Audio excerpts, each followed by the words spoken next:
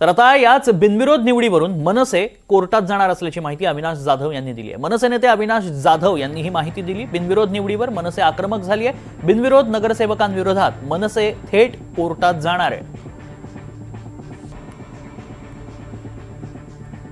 पण माझं मत पुन्हा आहे की या सगळ्याची चौकशी व्हायला पाहिजे, कारण हे सगळे जे ज्यांनी पाठी घेतलेत ते सगळे विकले गेलेले आहेत। सो यांच्या मोबाईलचा डेटा चेक केला पाहिजे की यांना कोणी कोणी कॉल केले, किती वेळा कॉल केले गेले।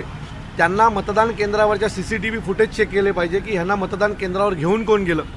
जर हे सगळं पाहिल्यावर कळेल की सगळी निवडणूक ही पैशांनी विकत घेतलेली आहे आणि ही जे कोणी गेलेत 65 ठिकाणी जे बिनविरोध झालेले आहेत या ठिकाणी पैशाचा खूप मोठा व्यवहार झालेला आहे आणि लोकांमध्ये देखील त्यांचा संताप आहे। मला असं वाटतं की या सगळ्याची निष्पाप चौकशी झाली पाहिजे। सोमवारी या विरोधात आम्ही कोर्टात देखील चाललो।